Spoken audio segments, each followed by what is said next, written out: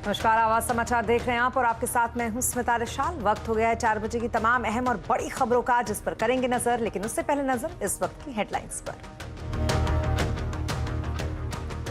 7 अगस्त से अकासा एयरलाइंस में भरी उड़ान बुकिंग हुई। अभी सभी मुंबई, अहमदाबाद और बेंगलुरु, कोची को जोड़ेगी कंपनी।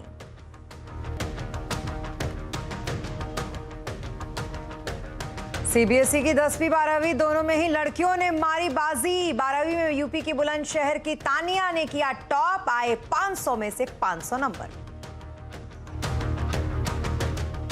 आज 5वें दिन भी संसद में जमकर हुआ हंगामा। बार बार रोकनी पड़ी दोनों सदनों की कार्यवाही। रवि किशन लाएंगे जनसंख्या कंट्रोल के लिए प्राइवेट मेंबर बिल। बाजार ने लगाया तेजी का सिक्सर। सेंसेक्स निफ्टी करीब 3 महीने के ऊपरी स्तर पर बंद। बैंकिंग फाइनेंस शेयरों में अच्छी खरीदारी। सेंसेक्स 390 और निफ्टी 114 पॉइंट चढ़े।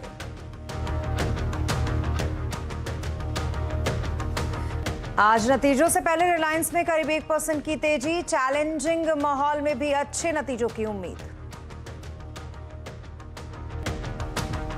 अहमदाबाद में कांग्रेस दफ्तर पर बजरंग दल का धावा। हज हाउस लिखा पोस्टर चिपकाया। गुजरात कांग्रेस अध्यक्ष के गुजरात में अल्पसंख्यकों को मकान देने की बात पर हंगामा। आजादी के अमृत महोत्सव पर खास तैयारी। 13 से 15 अगस्त तक देश के हर घर में फहराएगा तिरंगा। पीएम मोदी ने लोगों से की खास अपील। हिमाचल प्रदेश में चीन बॉर्डर के पास आईटीबीपी के जवानों ने ऊंची चोटियों पर तिरंगा लहराकर दिया हर घर तिरंगे का संदेश।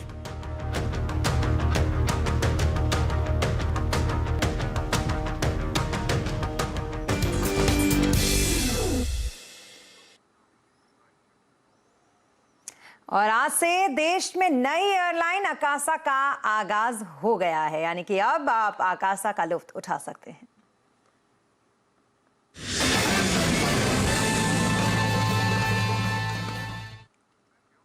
जल्द ही आपको एक नई एयरलाइन में सफर करने का मौका मिलेगा। जी हां, कई दिनों से चर्चा में रही अकासा एयरलाइन ने आज से बुकिंग शुरू कर दी है और अगस्त में वो अपनी पहली उड़ान भरेगी। बड़े दावों के साथ बाजार में उतरने वाली अकासा में क्या खास है, इस पर बात करने के लिए हमारे साथ हैं रोहन, जिनसे हम जानेंगे कि क्या कुछ प्लान है अकासा का। रोहन, प्लानिंग के साथ तैयार है अकासा, क्या कुछ प्लान है अकासा का?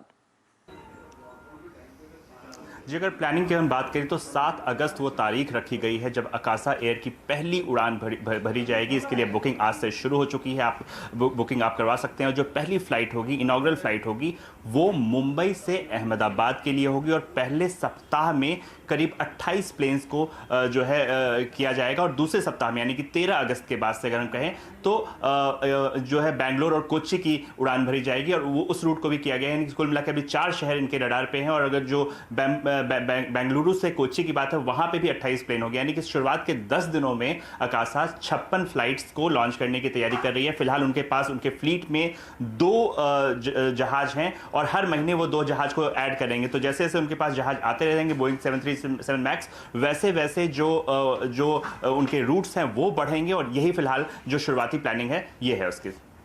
जी, प्लानिंग तो ठीक है, लेकिन जब भी एयरलाइन सेलेक्ट करता है कोई भी यात्री तो सबसे पहले उसका किराया देखता है और आजकल तो किराए वैसे भी बहुत ज्यादा महंगे हो रहे हैं। इस मोर्चे पर अकासा कैसी है? जी, अगर चूंकि शुरुआती किराए हैं तो काफ़ी कॉम्पिटिटिव रखा गया है। फिलहाल अगर हम मुंबई से अहमदाबाद रूट की बात करें तो जो 7 अगस्त की का जो टिकट है और अगले पूरे महीने का जो टिकट है वो लगभग 3948 रुपीज़ का है, जो कि अगर उसी दिन जो बाकी एयरलाइंस उस रूट पे जो है ऑपरेट कर रही हैं उनके मुकाबले लगभग 300 रुपये कम है। ठीक इसी तरह अगर कोच्चि बेंगलुरु की बात करें, वहां पे भी आपको 3400 के लगभग का किराया मिलेगा, जो कि बाकी एयरलाइन से 300 रुपये कम है। तो 300 रुपये मायने रखते हैं भारतीय कंज्यूमर्स के लिए। और जब हम टिकट बुक कराते हैं तो कीमत को ज़रूर देखते हैं। लेकिन एक बात मैं कहना चाहूँगा कि फिलहाल ये जो बुकिंग है ये इनके अपने ऐप और इनके पोर्टल पर हो रही है।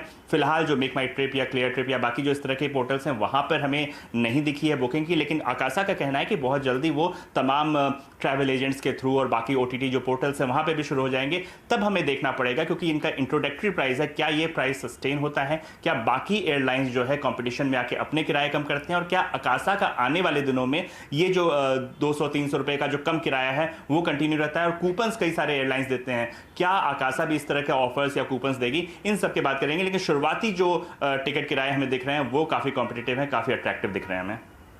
जी रोहन, हम देख रहे थे कि अक्सर जब भी प्लानिंग हो रही थी आकाशा के आने की तो बार बार दावे भी हो रहे थे कि हमारी जो फ्लाइट्स होंगी वो बाकी एयरलाइंस से थोड़ी अलग होंगी। क्या अलग है और क्या खास है आकाशा में? जी, कोशिश की गई है कुछ अलग लुक एंड फील देने की। अगर हम कुल मिला के जो इनके फोकस की बात करें, इनका फोकस है मेट्रो से नॉन मेट्रो की तरफ। चूंकि ये लो कॉस्ट कैरियर का दावा कर रहे हैं तो शुरुआत में किराए कम रखे गए हैं। लुक एंड फील की बात करें तो इनका दावा है कि इनका जो कुशन है वो काफ़ी ज़्यादा सॉफ्ट रहेगा, कंफर्टेबल रहेगा। इसके अलावा जो लेग स्पेस है वो ज़्यादा रखने की बात ये कर रहे हैं। इसके अलावा हर पैसेंजर के लिए जो चार्जिंग पॉइंट दिए जाएंगे। पूरे जो केबिन का जो डिज़ाइन है वो काफ़ी अट्रैक्टिव रखा गया है। इनके जो केबिन क्रू आपको दिखेंगे उनका यूनिफॉर्म थोड़ा सा वो पहले ही अनवील कर चुके हैं, उनका यूनिफॉर्म थोड़ा सा अलग होगा। इसके अलावा बाकी एयरलाइंस के मुकाबले इनका जो केबिन है वो इनका दावा है कि 50% ज़्यादा जो है क्वाइट रहेगा, शांत रहेगा, शोरगुल कम होगा। एफिशिएंट है। CFM जो लीप इंजन है उसके थ्रू है, यानी कि 20% कम फ्यूल खर्च करेंगे, यानी कि सबसे ग्रीनेस्ट एयरलाइन होने का दावा कर रहे हैं। और एक और खास बात खाने पीने को लेकर, तो इन्होंने खाने पीने के लिए ऑन बोर्ड मील सर्विस के लिए कैफ़े आकाशा की घोषणा की है। जो उनका कहा है कि इनको जो सोर्स किया जाएगा वहाँ पे फूड वो काफ़ी एथिकली सोर्स किया जाएगा। फ्यूज़न फूड आपको वहाँ पे मिलेंगे, वियतनामी जो राइस रोल्स होते हैं वैसी चीज़ें आपको वहाँ पे मिलेंगी। तो खाना थोड़ा सा अलग रखा गया है। बाकी जब एक बार एयरलाइन शुरू होती है तब हम देखेंगे कि इन दावों में कितनी सच्चाई है, वाकई में कितना अलग है आकाशा।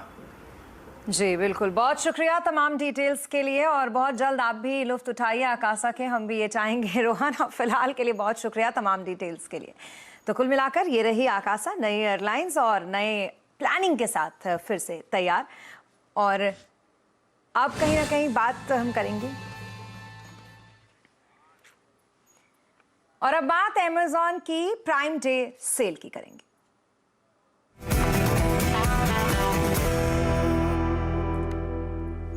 फेस्टिव सीजन की शुरुआत होने वाली है और इसके लिए ई कॉमर्स मार्केट भी तैयार है। शुरुआत हो रही है अमेज़न की प्राइम डे सेल से, जो कि आज रात 12 बजे से शुरू हो रही है। इस बार अमेज़न की प्राइम डे सेल में क्या खास होने जा रहा है ये बताने के लिए हमारे साथ है हमारी संवाददाता Deepali Nanda. Deepali, Amazon Prime Day sale के क्या डिटेल्स हैं आपके पास? जी बिल्कुल, जिस प्राइम डे का इंतजार प्राइम मेंबर्स कर रहे हैं वो इंतजार जल्द ही खत्म होने जा रहा है। अमेज़न 23 से 24 जुलाई के बीच प्राइम डे सेल लगाने जा रहा है और सिर्फ प्राइम मेंबर्स के लिए ही इसमें हर एक कैटेगरी में ढेरों डिस्काउंट्स और ऑफर्स दिए जा रहे हैं। अगर हम प्राइम डे सेल की बात करें तो चाहे इलेक्ट्रॉनिक्स हो, स्मार्टफोन हो, स्मार्ट गैजेट्स हो, होम अप्लाइंसेस हो, हर एक कैटेगरी में अच्छा खासा डिस्काउंट इस बार प्राइम मेंबर्स के लिए अमेज़न लेकर आया है।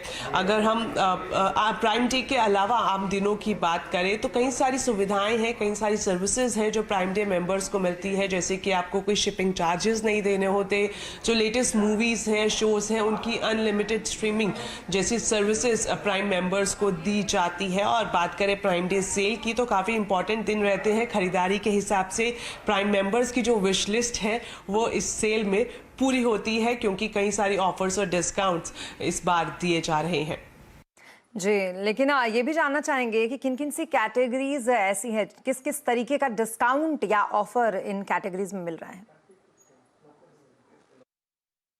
जी बिल्कुल, अगर हम ओवरऑल देखें तो कैशबैक दिया जा रहा है, इंस्टेंट डिस्काउंट है और साथ ही साथ नो कॉस्ट EMI का भी ऑप्शन प्राइम मेंबर्स के लिए यहाँ पर मौजूद है। अगर आप कुछ बड़ी चीज़ लेते हैं और आपको अभी नहीं आप पैसे अरेंज कर पाते हैं तो आप नो कॉस्ट EMI का ऑप्शन यहाँ पर चूज़ कर सकते हैं। इसके अलावा इस प्राइम डे सेल के लिए अमेज़न ने ICICI बैंक और SBI के साथ भी करार किया है। जो भी उपभोक्ता, जो भी प्राइम मेंबर्स इन दोनों कार्ड्स के जरिए ट्रांजैक्शन करेंगे उन्हें 10% का एडिशनल डिस्काउंट भी दिया जाएगा।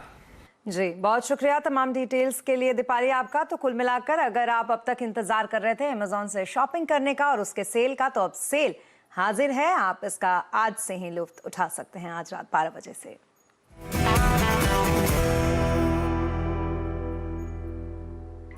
और अब बात करेंगे मार्केट की, क्योंकि बाजार शानदार रिकवरी मोड में है। तेजी का सिक्सर लगाते हुए सेंसेक्स 390 पॉइंट चढ़कर 56,072 पर बंद हुआ और निफ्टी 114 पॉइंट चढ़कर 16,719 पर बंद हुआ। सेंसेक्स और निफ्टी 3 महीने के ऊपरी स्तर पर बंद हुए। सबसे ज्यादा खरीदारी बैंकिंग, फाइनेंस शेयरों में रही, तो वहीं ऑटो, रियल्टी, एफएमसीजी शेयरों में अच्छी खासी बढ़त देखने को मिली। आईटी, एनर्जी, फार्मा शेयरों पर थोड़ा दबाव जरूर दिखा। फर्स्ट ग्लोबल की सीएमडी देवीना मेहरा का मानना है कि भारत में आगे तेजी का दौर जारी रहेगा। हमारी खास सीरीज मार्केट मेंटोर में उन्होंने ये भी कहा कि समय उनका फोकस जो है वो कैपिटल गुड्स, इंडस्ट्रियल मशीनरी और साथ ही ऑटो कंपोनेंट शेयरों पर है। इस वक्त भारतीय बाजारों में कोई चीज़ आपको टेम्पटिंग लग रही है, थीम हो सकती है, सेक्टर हो सकता है, स्टॉक हो सकते हैं, जो आपको लगता है कि हाँ ये है जहाँ पे पैसा पार्क किया जा सकता है? सबसे ओवरवेट सेक्टर है अभी फिलहाल वो कैपिटल गुड्स और इंडस्ट्रियल मशीनरी है, वो एक है। फिर रूपी डेप्रिसिएशन वाली थीम पर आईटी सर्विसेज, टेक्सटाइल्स, कुछ केमिकल्स में आपको पूरा केमिकल सेक्टर नहीं पर आपको देखभाल के उसमें कुछ चीजें अच्छी लगती हैं, वो उसमें कुछ ओवरवेट होगा। एक और जो चीजें अभी ये तो हम लोग को थोड़े लंबे समय से अच्छी लगती रही हैं, जो थोड़ा अभी बदला है वो है कुछ हद तक ऑटो, फोर व्हीलर्स और ऑटो कंपोनेंट्स में कुछ कंपनीज। और अब बात देश के सबसे बड़े फंड मैनेजर प्रशांत जैन की करेंगे, जिन्होंने एचडीएफसी एएमसी से इस्तीफा दे दिया है। प्रशांत एचडीएफसी एएमसी में चीफ इन्वेस्टमेंट ऑफिसर थे। प्रशांत जैन 4 इक्विटी स्कीमों का प्रबंधन करते थे, जिसका कुल AUM 1 लाख करोड़ रुपए से ज्यादा है। इनका ट्रैक रिकॉर्ड शानदार रहा है। इनके प्रबंधन वाली कई स्कीमों ने इन्वेस्टर्स को बेहतरीन रिटर्न दिए हैं। म्यूचुअल फंड के शुरुआती 2 दशकों में इनके प्रबंधन वाले फंड्स ने औसतन 28% रिटर्न दिए हैं। पिछले 28 सालों से Prashant Jain HDFC balanced advanced fund का प्रबंधन कर रहे थे और एक CIO के तौर पर 4,12,000 करोड़ के एसेट के प्रबंधन की जिम्मेदारी थी उन पर। प्रशांत जैन के इस्तीफे के बाद चिराग सितलवाड़ को इक्विटी का CIO बनाया गया, वहीं शोभित मेहरोत्रा को फिक्स्ड इनकम का CIO बनाया गया। और अब बात संसद की करेंगे, वो इसलिए क्योंकि आज 5वें दिन भी संसद में हंगामा जारी रहा। हंगामे की वजह से दोनों सदनों की कार्रवाई बार बार स्थगित करनी पड़ी। संसद में आज का हाल जानने के लिए चलते हैं लक्ष्मण रॉय जी के पास और जानते हैं क्या कुछ हुआ आज संसद में। लक्ष्मण जी, लगातार वही हम बात करेंगे जो हम पिछले काफी दिनों से करते आ रहे हैं। संसद का आज भी किस तरीके का माहौल रहा और क्या लगता है आपको, ऐसा आगे भी रहने वाला है? बिल्कुल, आज भी मुझे लगा कि विपक्षी दल थके नहीं है अभी भी हंगामा करने से और विरोध प्रदर्शन करने से। संसद की दोनों कार्रवाई जैसे ही शुरू हुई, धरना प्रदर्शन वैसे ही उसी जोश खरोश के साथ शुरू रहा। जो विपक्षी दल के सांसद थे वो यहाँ तक कि सभापति के चेयर तक पहुँच गए और प्ले कार्ड लेकर के और नारेबाजी करते रहे। हालांकि क्वेश्चन आवर दोनों सदनों में थोड़ा बहुत देर तक चल पाया, लेकिन उसके बाद सदन की कार्रवाई चलना मुश्किल था। इस हंगामे के बीच बार बार सदन को स्थगित करना पड़ा। हाँ, ये था कि 2 बजे के बाद जब संसद की कार्रवाई शुरू हुई तो लोकसभा में हंगामे के बीच सरकार ने अंटार्कटिक बिल जो है उसको पास कराने में सफल रही। ये दरअसल पर्यावरण बचाने से जुड़ा हुआ बिल है, लेकिन इसके बाद फिर सदन लोकसभा की कार्रवाई को स्थगित करनी पड़ गई। राज्यसभा में चूंकि आज शुक्रवार का दिन होता है तो प्राइवेट मेंबर बिल का दिन होता है, तो ऐसे समय में कई बार थोड़ा सा समय दिया जाता है ताकि प्राइवेट मेंबर बिल पेश करने वाले लोग अपनी बात कह सके। तो वहां पे राइट टू हेल्थ के ऊपर थोड़ी बहुत चर्चा हुई, लेकिन बाकी कामकाज जो कहें वो नहीं हो पाया। हाँ, एक सदन के बाहर गलियारे में थोड़ी बहुत चर्चा रही रवि किशन के उस बिल का जो उन्होंने प्राइवेट मेंबर बिल के तौर पर लिस्ट कराया था जनसंख्या नियंत्रण कानून को लेकर के, लेकिन वो संसद के गलियारे भरी चर्चा रही, सदन के भीतर उस पर कोई खास चर्चा होती दिखी नहीं। लेकिन इस बीच एक महत्वपूर्ण डेवलपमेंट ये हुआ कि प्रधानमंत्री मोदी अपने सभी वरिष्ठ मंत्रियों के साथ बैठक किए और इस बात की रणनीति बनाए कि आखिर अब संसद को सुचारू तरीके से चलाने के लिए क्या कुछ करना चाहिए। तो सरकार ने भरोसा भरोसा दिलाया है विपक्ष को कि हम बहस करने को तैयार हैं, हर मुद्दे पर बहस करने को तैयार हैं। चूंकि मुख्य मुद्दा जीएसटी है और महंगाई है, तो इस पे बोलने के लिए नोडल मिनिस्ट्री के जो मंत्री हैं निर्मला सीतारमण, वो अभी बीमार हैं, उनको कोविड हो गया है। तो जैसे स्वस्थ होकर के आएंगे हम वो बोलेंगे और फिर सदन में कार्रवाई शुरू हो पाएगी। तो अगले हफ्ते से थोड़ी सी उम्मीद है कि बिल्कुल बिल्कुल हम उम्मीद कर सकते हैं अगले हफ्ते से कि हम और आप जब बात करें तो फिर इस पर बात करें कि क्या कुछ आज चर्चा हुई। बहुत शुक्रिया तमाम डिटेल्स के लिए आपका लक्ष्मण जी। और आगे अब बात द्रौपदी मुर्मू के राष्ट्रपति चुने जाने के बाद उन्हें पूरे देश से बधाई मिल रही है। आज भी उनसे मिलने कई नेता पहुंचे। हालांकि उनका शपथ ग्रहण समारोह 25 जुलाई को होगा, लेकिन उससे पहले कल प्रधानमंत्री मोदी ने उन्हें मिलकर बधाई दी। सोनिया गांधी ने भी बधाई दी। आज शाम को पीएम मोदी राष्ट्रपति रामनाथ कोविंद के सम्मान में फेयरवेल डिनर देंगे। राष्ट्रपति चुनाव में एनडीए की उम्मीदवार द्रौपदी मुर्मू की जबरदस्त जीत के बाद विपक्षी एकता की पोल खुल गई। जिस तरीके से क्रॉस वोटिंग हुई है उसके बाद विपक्षी एकता पर सवाल उठ रहे हैं। आज आवाज अड्डा में इसी पर करेंगे बड़ी चर्चा शाम 7:57 पर।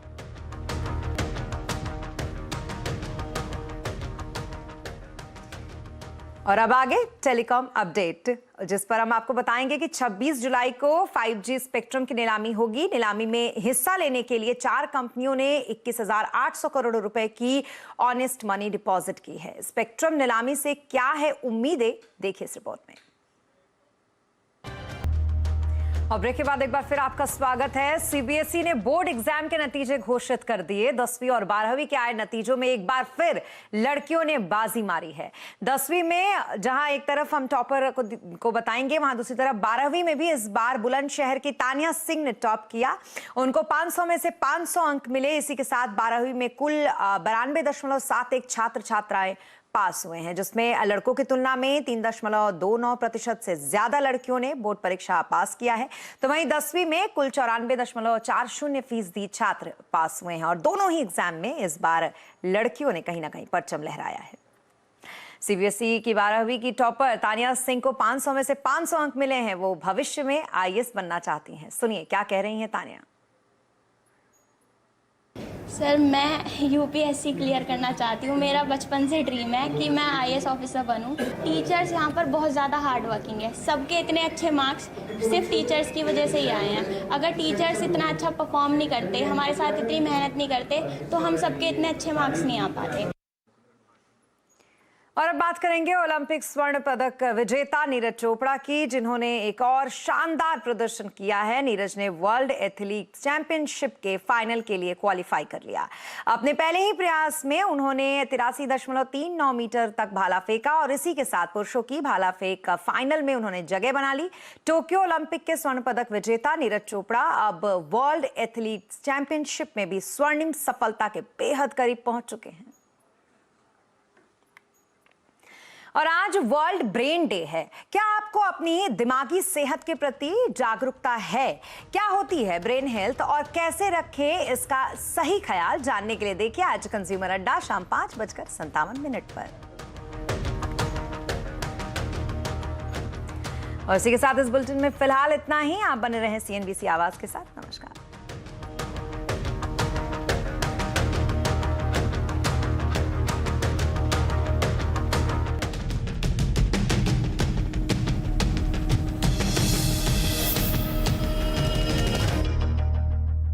Mongia Steel presents